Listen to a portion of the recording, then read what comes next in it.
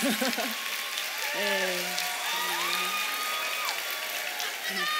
네. 제가 시킨 건 아닌데 저런 플래카드까지 준비한 분들에게 영광을 돌리고 싶습니다. 네. 안녕하세요. 더 플레이 컴퍼니의 강윤정입니다. 반갑습니다. 제가 오늘 또 저의 개인적인 재미있는 이야기를 하나 해드리려고 하는데요.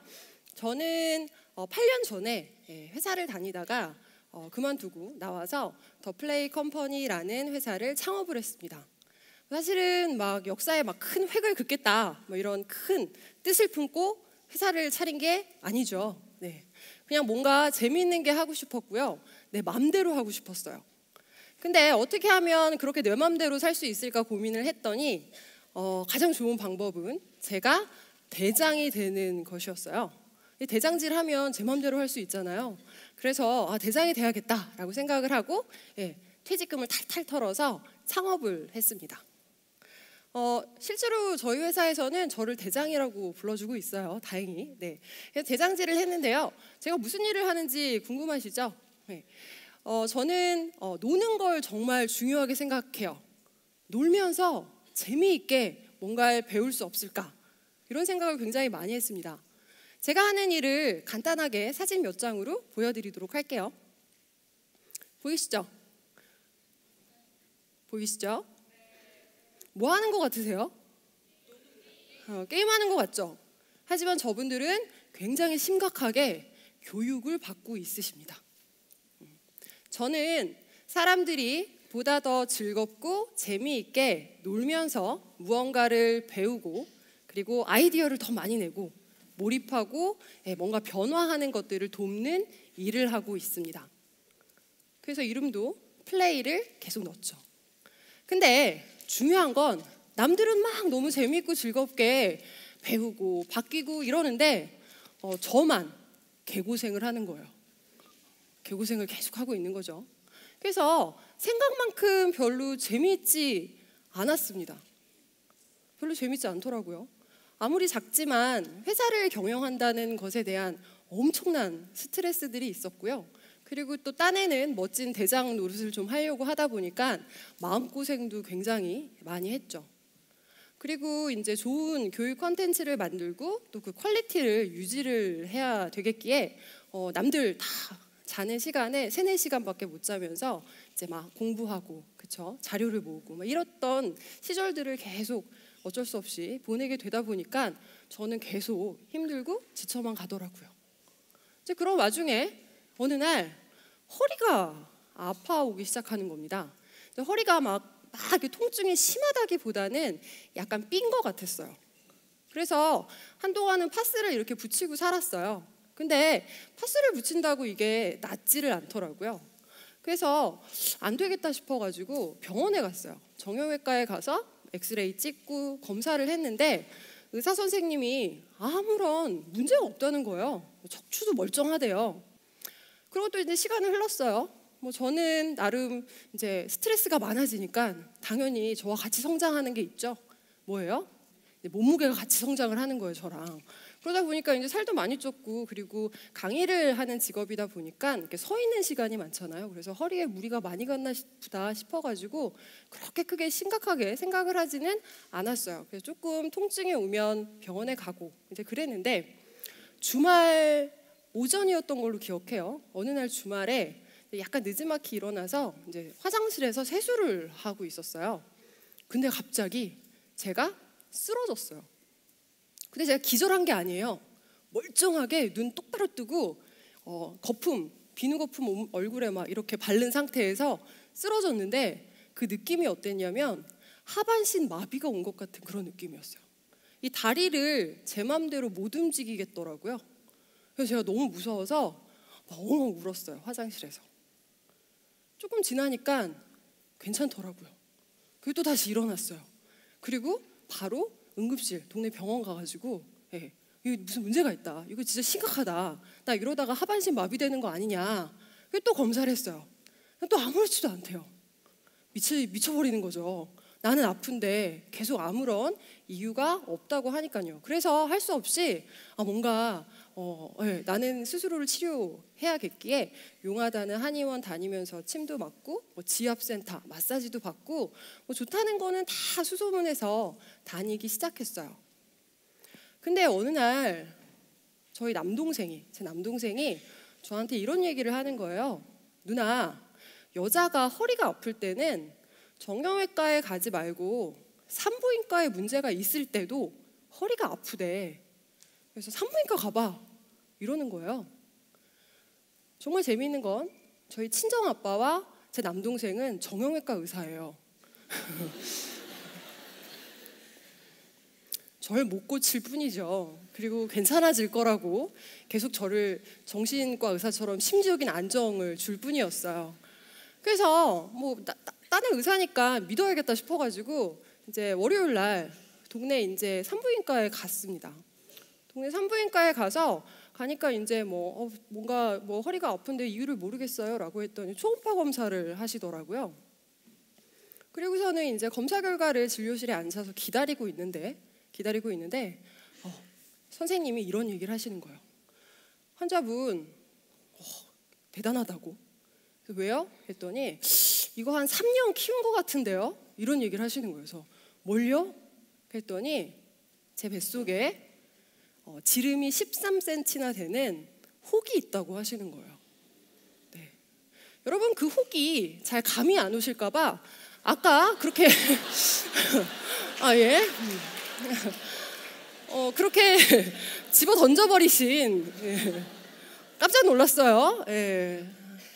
그래서 이 패대기 쳐진 얘를 가져왔어요. 제가 뒤에서 열심히 불었는데 그걸 던지시더라고요. 그래서 요만해요.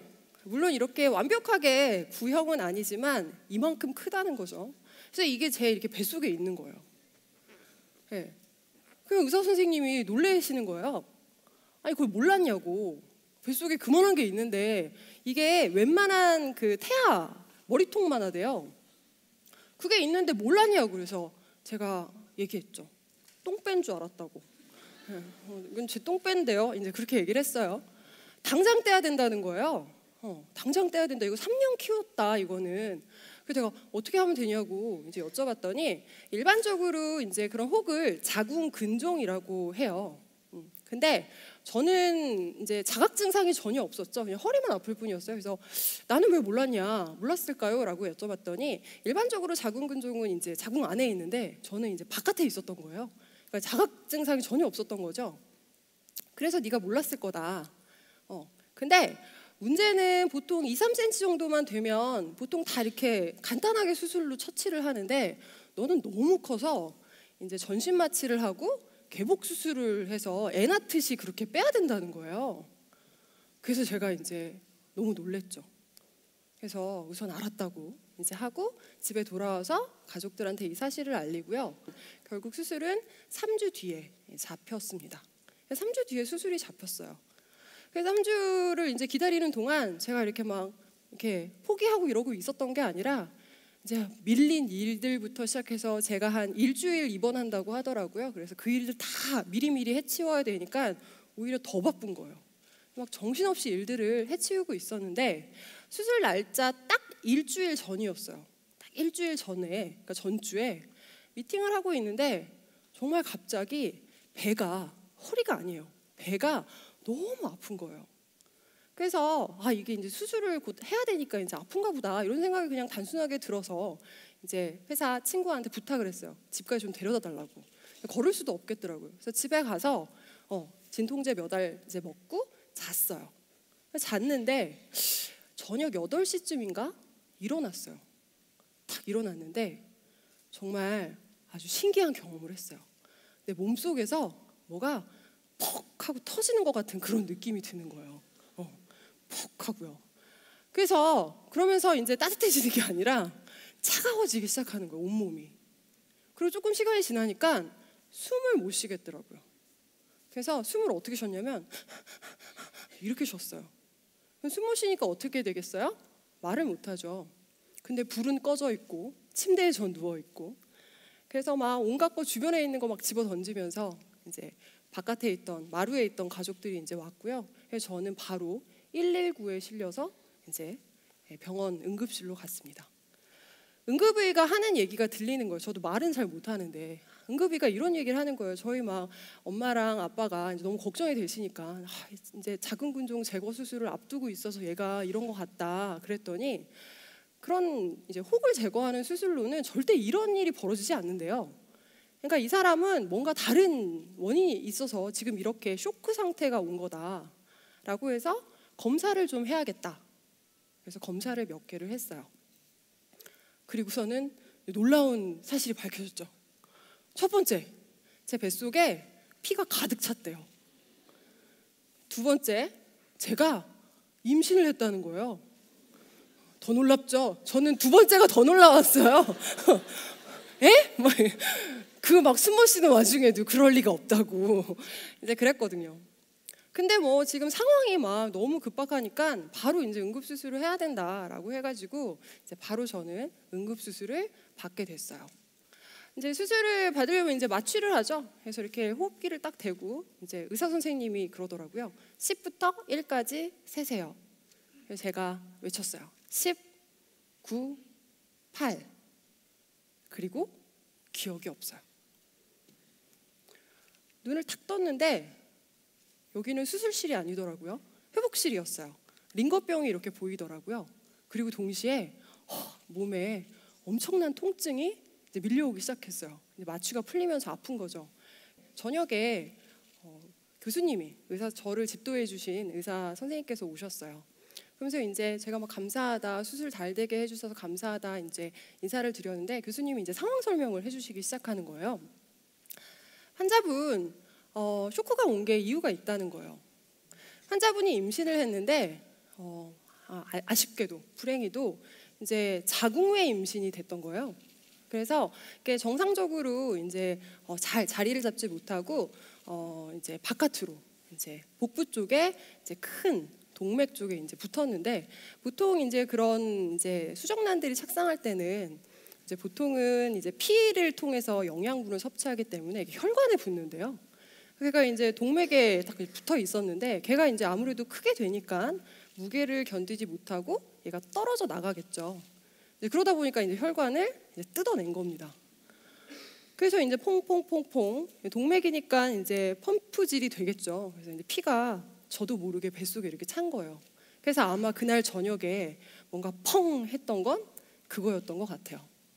그래서 이제 피가 차서 이제 쇼크가 왔다라는 얘기였어요. 그래서 급하게 수술하지 않았으면 넌 100% 죽었다, 막 이런 얘기를 하시더라고요. 막 감사하다고 막 이랬는데, 교수님께서 더 놀라운 이야기를 해주셨어요. 사실 그 이야기가 오늘 저를 여기에 있게 만들었습니다. 교수님이 뭐라고 하셨냐면요, 그 인사는 나한테 하지 말고 네 혹한테 해, 이렇게 얘기를 하시는 거예요. 그래서 제 혹이요? 그랬더니 네 혹이 좀 크냐? 이만하잖아요. 여기 있죠. 네. 저 혹이 원래 혈관이 터지면 엄청나게 빠른 속도로 피가 나온대요. 근데 제 뱃속을 꽉 누르고 있었던 혹이 얼마나 꽉 눌렀으면 척추 신경까지 눌렀겠어요. 그래서 허리가 아팠던 거죠. 근데 이제 그게 지혈을 한 거예요.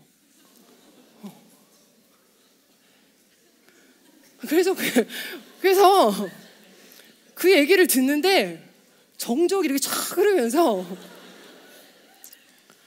그 죽을 놈의 혹새끼, 걔가 무슨 느님이 되는 거죠. 홍느님 이렇게 되는 거예요. 저를 살린 생명의 은인이 된 거예요. 옛날에 그 또 개고생한 그 막 저의 막 또 그런 슬픔 그게 막 떠오르면서 그래, 내가 그렇게 스트레스 받고 힘들었고 고생했고 이런 것들이 다 나름 의미가 있구나, 다 존재의 이유가 있구나, 그게 지금의 나를 살렸구나 라는 생각을 했어요. 그때 저는 굉장히 많은 걸 깨달았습니다. 사실 살다 보면 항상 좋지만은 않잖아요. 누구나 마음고생도 하고 스트레스도 받아요. 그리고 생각하기 싫은 상처, 시련 누구나 겪습니다. 근데 그것들에 대해서 어떤 의미와 가치를 부여할 것이냐라는 거죠. 저는 수술 후에 한 달 반을 쉬었습니다. 아무것도 하지 않고요. 정말 오랜만에 회사를 차리고 오랜만에 푹 쉬었어요. 하고 싶은 거 하고 먹고 싶은 거 먹고 푹 쉬었는데 그 뒤로 저는 굉장히 여유로워졌고 편안해졌고 그리고 사람을 더 많이 신뢰하게 됐고 그리고 행복해졌어요. 저 없어도 회사 잘 돌아가더라고요. 그리고 더 많은 것들에 대해서 이렇게 감사하다라는 생각을 하게 됐습니다. 삶은 사실은 어느 것 하나 버릴 게 없어요. 그래서 여러분들 그 말 여러분들도 아마 감동 받으실 거라고 생각을 하고요. 놀랍지만 이제 아까 보여줄까 했는데 너무 놀라시는 것 같아서 뭐 대충 뭐 이런 아주 귀여운 덩어리입니다. 네. 자 그리고 그 당시 저이고요. 그리고 제가 여러분들한테 마지막으로 다시 한번 강조드리고 싶은 말입니다. 여러분 지금 저랑 이렇게 만난 것도 사실 삶의 작은 조각이죠. 그래서 이 조각 소중하게 생각해 주셨으면 좋겠고요. 이렇게 이야기 경청해 주셔서 감사합니다.